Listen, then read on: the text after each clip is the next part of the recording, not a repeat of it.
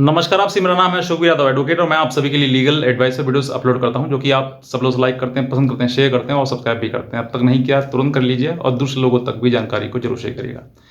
देखिए, आपके सामने कुछ ऐसी चीज़ें आती हैं, जैसे कि एक सबसे जो आपको, हालाँकि केसेस तो सभी हैं, चाहे वो 490 एटे का हो, चाहे फिर डोमेस्टिक वायलेंस का हो या फिर मेंटेनेंस का हो। केसेस तो सभी एक न एक से एक बुरे ही हैं, गलत ही हैं।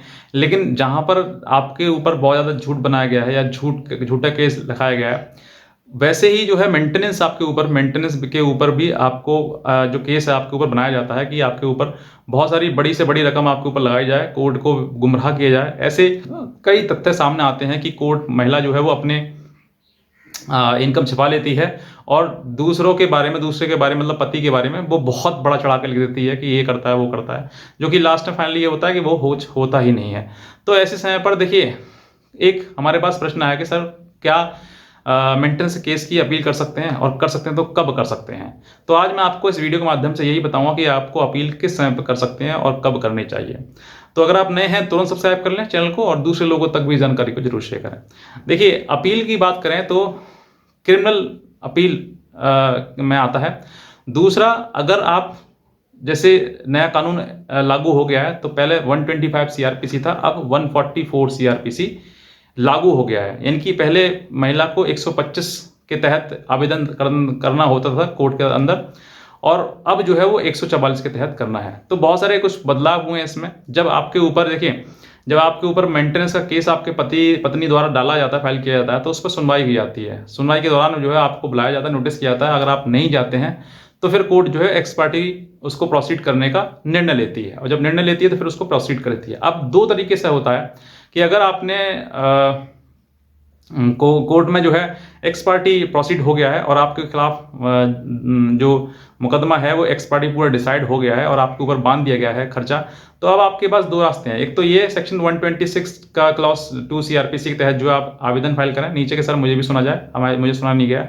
दूसरा, आप रिवीजन में और हाई कोर्ट में आप पिटीशन फाइल कर सकते हैं, सर मुझे रिवीजन में कि मुझे सुनने का मौका दिया है। ये दो रास्ते हैं। अब ऐसे ही मान लीजिए आपने एक तो ये सोच लिया कि एक्स पार्टी हो गया, अब इसमें कंटेस्टेड हुआ हो, मान लीजिए कि पत्नी गई, पति भी गया, दोनों गए, और दोनों की कोई बात मतलब ना सुनते हुए, या फिर पति की बात ना सुनते हुए, या फिर पत्नी की बात ना सुनते हुए, किसी भी बात से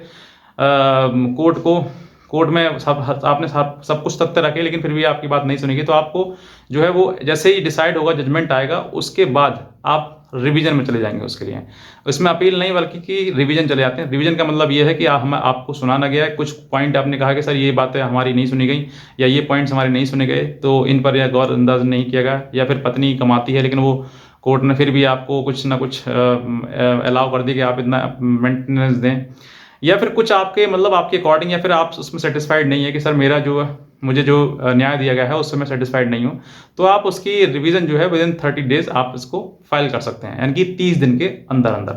अगर आप 30 दिन से ज़्यादा होते हैं तो फिर आपको सेक्शन 5 लिमिटेशन एक्ट के तहत आपको वो प्रक्रिया को फॉलो करना पड़ेगा, तब जाके वो फिर एडमिट होगी।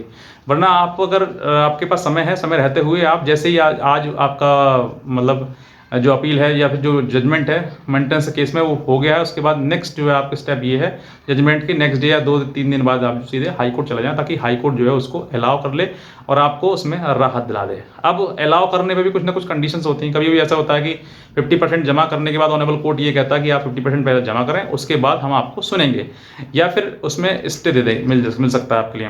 तो या फिर मतलब कई प्रक्रिया है कि आपको लोअर कोर्ट, क्योंकि लोअर कोर्ट में प्रोसीडिंग रिकवरी प्रोसीडिंग स्टार्ट हो जाती है, जिसमें आपको पैसा मतलब आपसे रिकवर किया था कि भाई इतना पैसा है, इतना अमाउंट आपको बनता है, तो आप उसको पैसा दें। तो आप इस तरीके से जो है, आप जैसे ही आपका मतलब होता है, जजमेंट होता है मेंटेनेंस केस में, जब एक्स पार्टी हो या फिर आपका दोनों का कंटेस्टेड हो, कहीं पर भी हो, तो आप सीधे हाई कोर्ट में आपको इसका रिवीजन फाइल कर सकते हैं। जब आप रिवीजन फाइल कर देंगे तो फिर आप प्रोसीडिंग जो है वो लोअर कोर्ट में जो चल रही थी वो स्टे हो जाएगी, क्योंकि अब जो फर्दर प्रोसीडिंग जो है वो हाई कोर्ट में चल रही है। तो हाई कोर्ट की प्रोसीडिंग का तब तक का आपको स्टे मिल जाएगा, और फिर जो है फर्दर जो प्रोसीडिंग है वो हाई कोर्ट में ही चलेगी आपकी।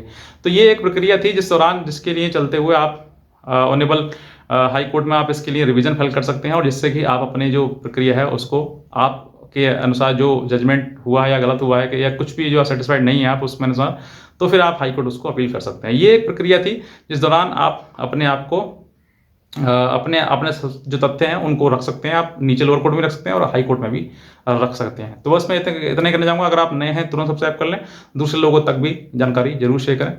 आज के वीडियो में आपसे बहुत धन्यवाद।